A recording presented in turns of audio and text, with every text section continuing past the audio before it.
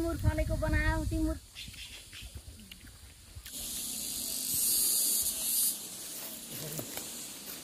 हिँड्दाको मजै छुट्टै छ। म्युजिक प्लेयरबाट गाना बजाउनै पर्दैन। सङ्गीत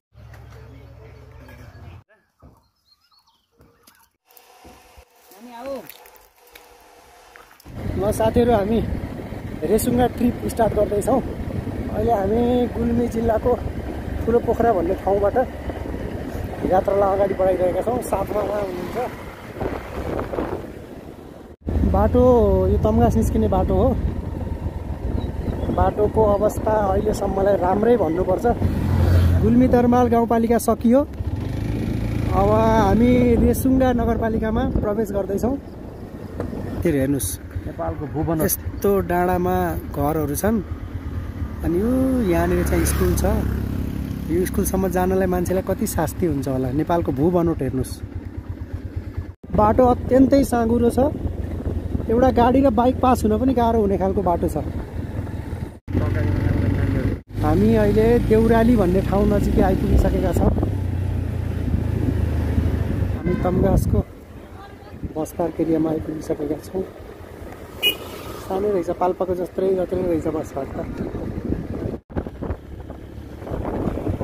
अब चाहिँ तम्घास बजारको खानी गाउँबाट माथि उकालो चढिसकेका छौँ रेसुङ्गाको लागि। अहिलेसम्मको अवस्था हेर्दा बाटो चाहिँ ढलान गरिएको रहेछ। बाटो चाहिँ राम्रो नै छ है। रेसुङ्गा पार्क प्रवेश गर्दैछौँ। र पनि हामी हिँड्दैछौँ अझै। सुरुवात पनि भएको छैन अझै हिँड्ने त।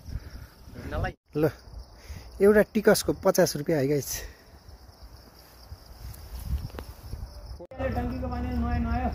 ल हेर्नुहोस्, हनुमान जम्मै टयरा गएर त भाषा धोयो डाँडा गरेर बाँदरको जुठो। This is the park. I love Resunga guys. दामी छ। ल गाइज, वान टाइम भिजिट चाहिँ वर्थ इटै छ है। तपाईँ अब बनबाटिका फुलबारी घुम्ने मान्छेलाई वर्थ इट चाहिँ छ। ल, मलाई चाहिँ मन पर्यो।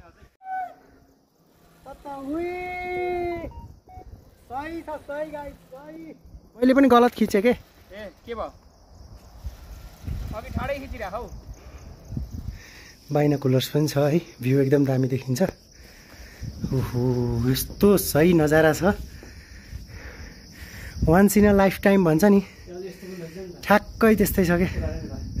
माइ गॉड, हामी जाने भनेको त्यो टावर भएको ठाउँमा। एलु हन्टिङ। अब यो मौसममा पहाड आएपछि ऐसेलु त खानै पर्यो होइन। कति आनन्द छ है। कप कप टिपेछ, खाछ। हम भी खाएंगे गाइज। यसरी टिप्ने, यसरी लिने, क्वाप खाने। धेरै ऐसेलु छ कि कुरै नगर्नुहोस्। दिनभरि ऐसेलु मात्रै खाएर बसौँ जस्तै हुन्छ। बाटो चाहिँ टिल नाउ इट्स गुड है। राम्रो नै छ। यतिको पिच बाटो छ सलल्ल। The view is just mesmerizing guys. It's awesome. दामी हो, दामी। यस्तो ल हल्का साइलेन्स दिन न त सर, एकदम दामी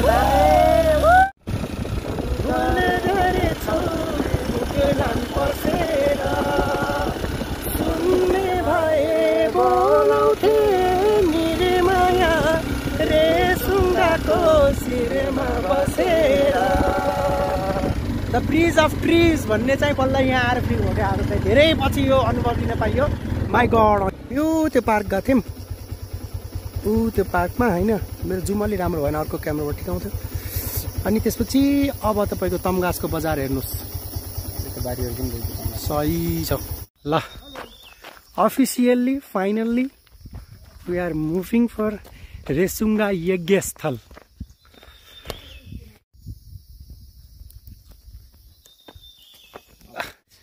यहाँको लोकलहरू त 15 मिनट्समै पुग्छु भन्नुहुन्छ, तर मेबी हामीलाई चाहिँ 45 मिनट्स जति लाग्छ कि।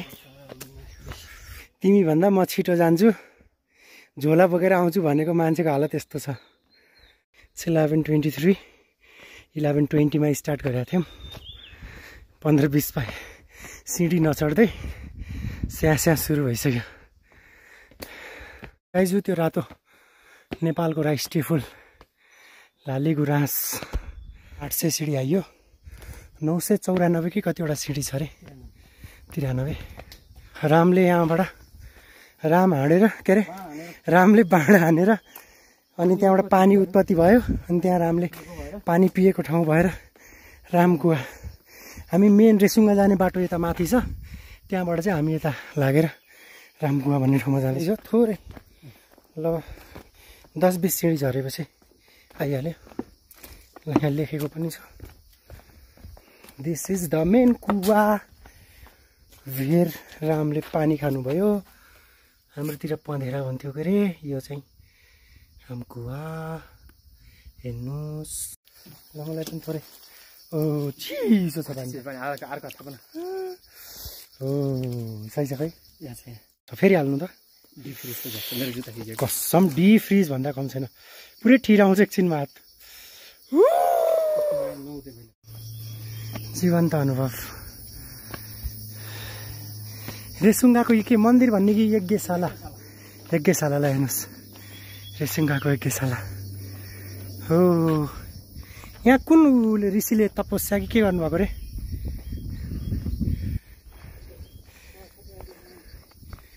हेर्नु त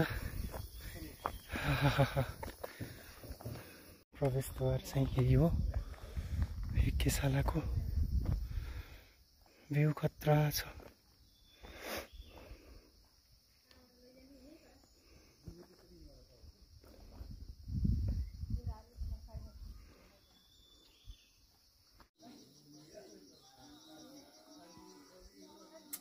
फ्रिज डोप खान्छ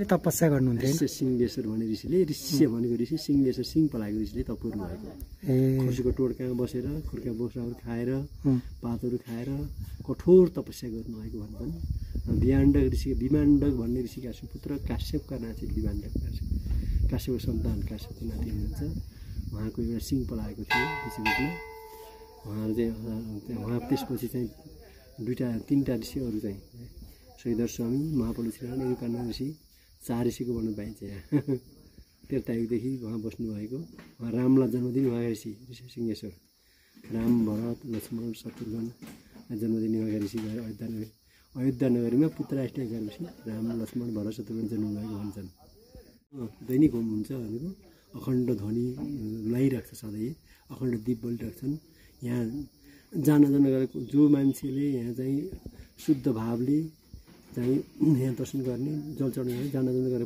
कर्महरू पनि हटाउने घरमा शान्ति हुने दसैँ प्राप्त हुने गोरसले पनि घरमा कहिले नछड्ने भन्ने त्यसमा त दैनिक हुन्छ अब बिहान दैनिकै हुन्छ कति बजेतिर बिहान तपाईँको 8:30 बजेतिर ए अनि साँझ पनि हुँदैन साँझ पनि विशेष आरती हुन्छ हजुर कति समयदेखि हुनुहुन्छ त यहाँ म त अहिले 12 वर्ष हुँदा 12 वर्ष भयो हजुर घरै थियो घरै गुल्मीको मदानी गाउँपालिका भन्ने पर्छ मदानी पहिले मैले अध्ययन स्रोतधारीमा गरेको त प्युठानको स्वर्गधारीमा त्यसपछि अध्यापन पनि गराएँ विद्यार्थी 10-15 वर्षसम्म अध्यापन गराएँ हजुरको शुभ नाम बोर्डिङमा कहिले यस्तै गरी रातमा पनि पढाएँ मेरो हरिराज भट्टराई मेरो हस् धन्यवाद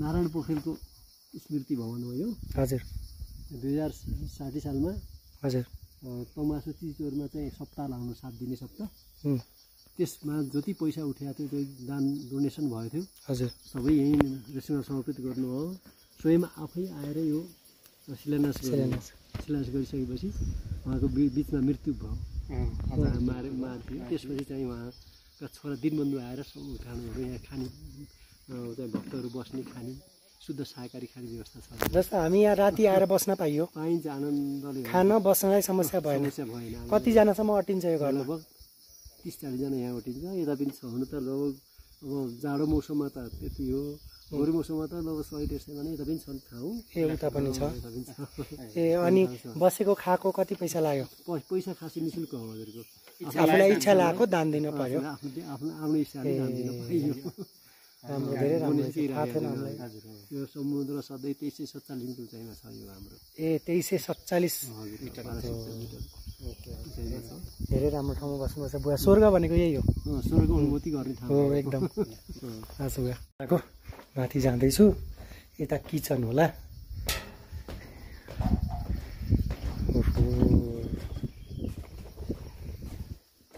this is the real heaven. हेर्नु यहाँ है यस्तरी जान बस्ने ठाउँ छ।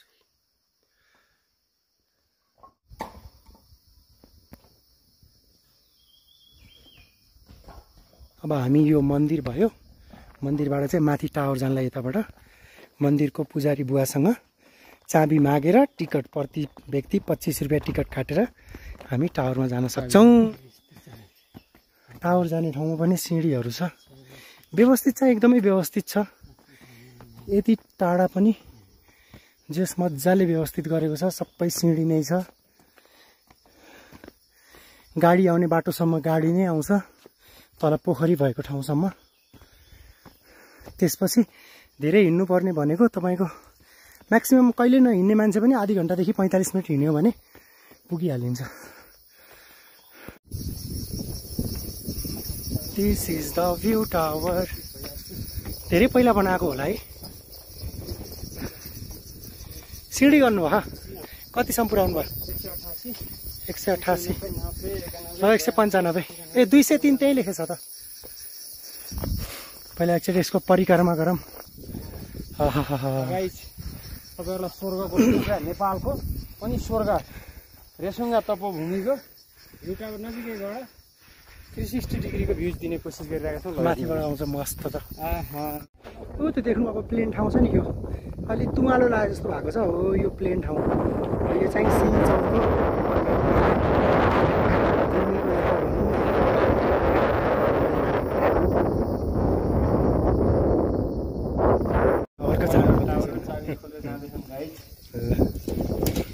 यहाँ चाहिँ एकदमै मस्त गरी हो ऋषिकेश मन्दिरको प्रवेशद्वार। ऋषिकेश मन्दिर अनि रुद्रावती र के हो कृष्ण गण्डकीको सङ्गम स्थल रुद्रवेणी शालिग्राम पाइने दामी रहेछ तपाईँको। के हो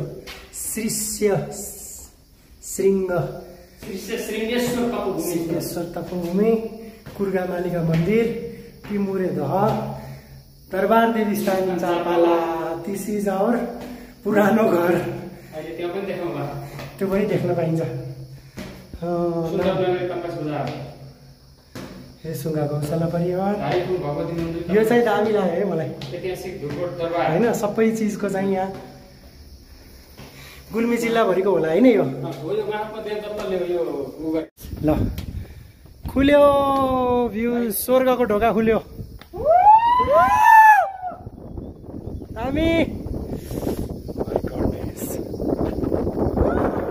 यस्तो मजाको हावा छ नि, घाम पनि लागिरहेको छैन अनि चिसो हावा छ क्या। हिमालसँग ठोकिएर आएको हावा। मौसम अलि सफा भएन, नभए यहाँबाट त पुरै मस्त हिमालै देखिन्छ।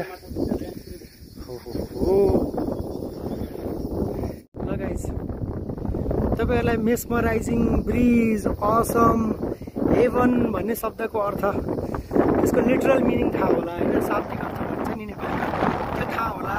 तर त्यसलाई फिल गर्न छ भने यहाँ आउनुहोस् के। You literally feel the real meaning of those words. Assam guys, literally Assam.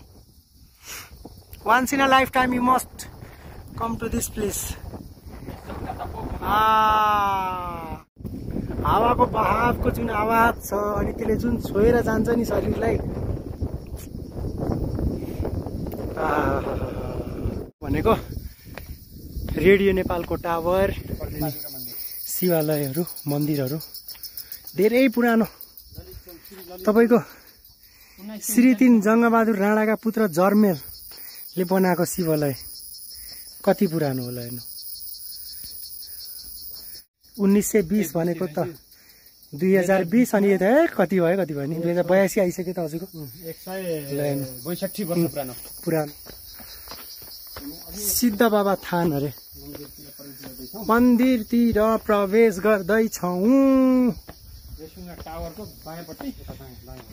ल दाहिने दायाँ फट भने जस्तै भयो। दाहिने परिक्रमा गर्दैछौँ मन्दिरको। ए यहाँ रहेछ त सानो चौर जस्तो। ल यता पछाडि जाँदैछौँ। त सिँढी देख्नुभयो थियो तपाईँहरूले, हेर्नुहोस्। यो पुरै लालीगुराँस कटुसको वन हो। ए कटुस हो। कुन बेला फल्छ कटुस? कटुसको रुख। कटुस हेर्नुहोस्। ढुङ्गा मन्दिरलाई दाहिने पार्दै अब हामी वासस्थानतर्फ लागियो। फेरि कुनै समय यस्तै मौका जुरेछ भने फेरि पनि यो ठाउँमा आइने नै छ। सानो रेसुङ्गा अन्त के रे राम के मन्दिर एउटा? सीताराम मन्दिर बनाएको छ एउटा, त्यो छ। हामी निस्कियौँ। बाई बाई रेसुङ्गा यज्ञशाला। ल guys, total off road heading towards for Ram Sita मन्दिर। गाइस भाइरल सीताराम मन्दिर। तर बहुत दुःख पाइयो यहाँ आउन चाहिँ। 99.9% अप्ठ्यारो बाटो। आइया लास्टै अप्ठ्यारो बाटो। ल जय सीताराम। हेर्नु हेलिकप्टर हेर्नुहोस्। ए होइन, हवाईजहाज हेर्नुहोस्। परापूर्वकालको हवाईजहाज।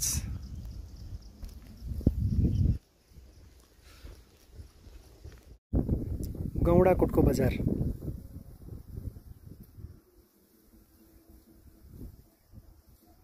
राम सीता मन्दिरको अपोजिट साइड हनुमानजीले राम र सीतालाई बोक्नु भएको छ कि कसलाई हो।